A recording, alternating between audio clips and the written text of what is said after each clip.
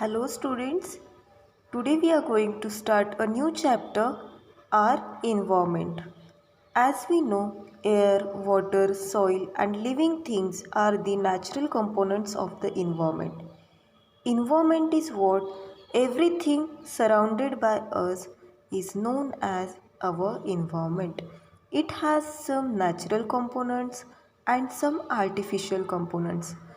Natural components of environment are those which are already present in the nature, and artificial components are those which are created by man.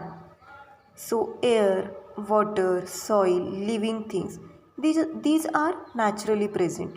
So these components are natural components of the environment, and our house is what created by human beings. So our house, our home is the artificial component of our environment. Also, as we know, human actions can pollute our environment, like all the components of our environment, like air, water, soil. Human actions, हमारी जो deeds होती है, हम जो कुछ हमारे जो actions होते हैं, हम क्या करते हैं, जो नेचुरली अवेलेबल कंपोनेंट से इन्वायरमेंट के, इनको पोल्यूट करते हैं, लाइक हमारे वेरियस एक्शंस, जैसे हम पोल्यूशन, जिसे हम बोलते हैं पोल्यूशन. ओके, तो ये सारी चीज़ें we are going to learn in this chapter. So let's get started. Our environment. The surroundings of a living thing make up its environment. Environment includes living and non-living components. What are the living components? Living components are those components which are grow and which require specific type of nutrition for their growth.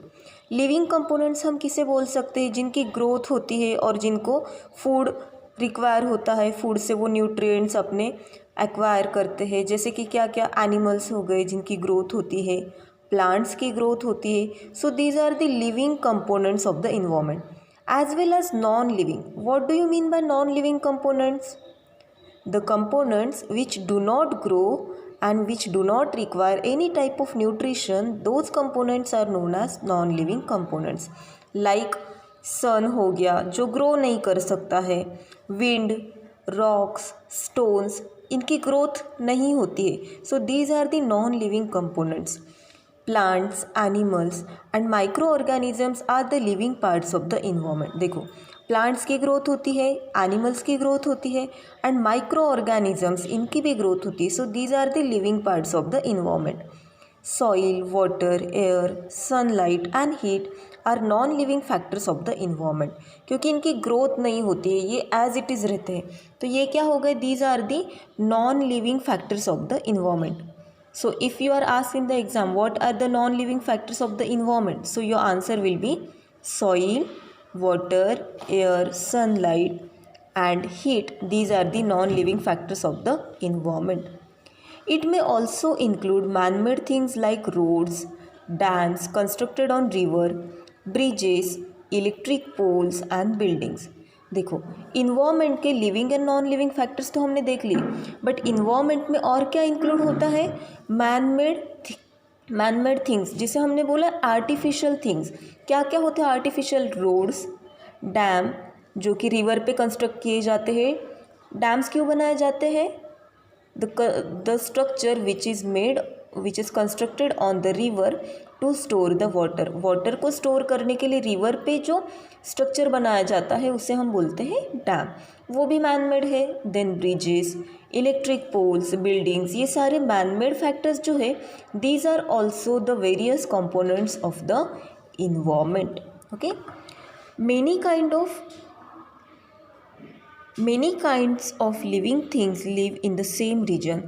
They depend on each other to survive. For example, rabbits and squirrels depend on plants for food. The eagle and foxes living in the region depend on rabbits and squirrel for the food.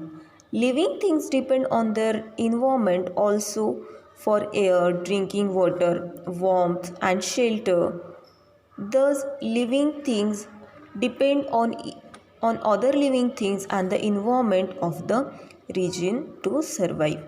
देखो, एक reason में रहने वाले अलग अलग या एक reason में प्रेजेंट अलग अलग जो कंपोनेंट्स होते हैं इन्वायरमेंट के, वो कैसे एक दूसरे पे डिपेंडेंट होते हैं, ये वाली फिगर में हम अभी समझेंगे। लाइक रैबिट, देखो ये रीजन में रैबिट भी प्रेजेंट है, ईगल प्रेजेंट है, सन प्रेजेंट है।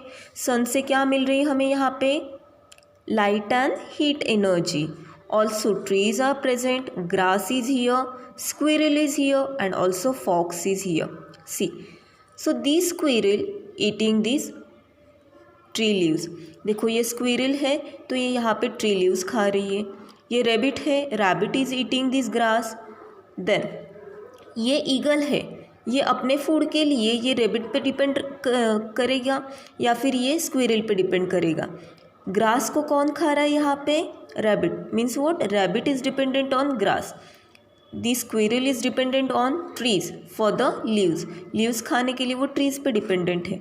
एंड ये जो ईगल है, eagle is dependent on this rabbit and squirrel.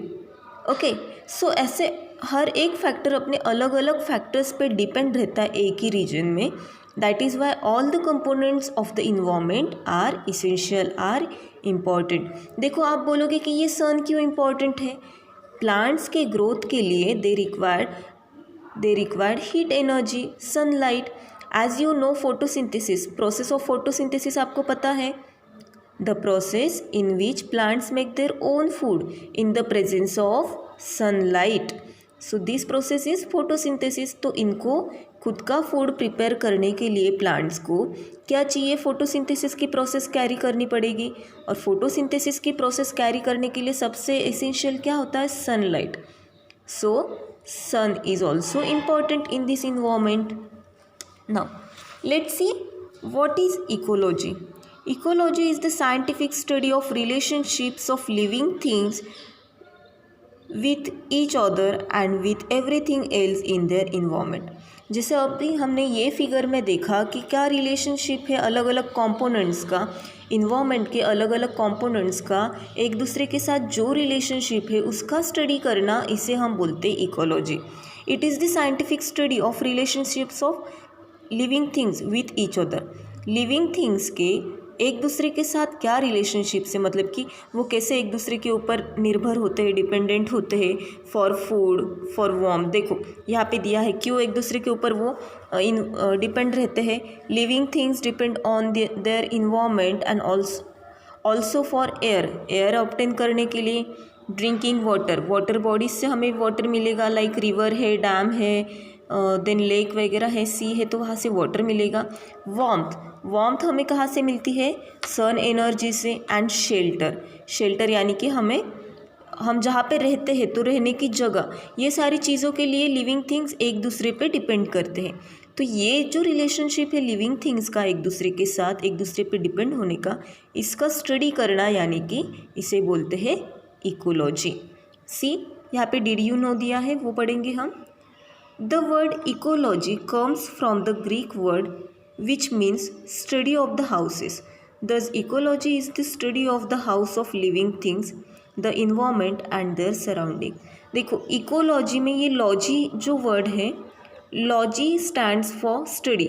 Logy का मीनिंग होता है स्टडी एंड इको का मीनिंग होता है हाउस।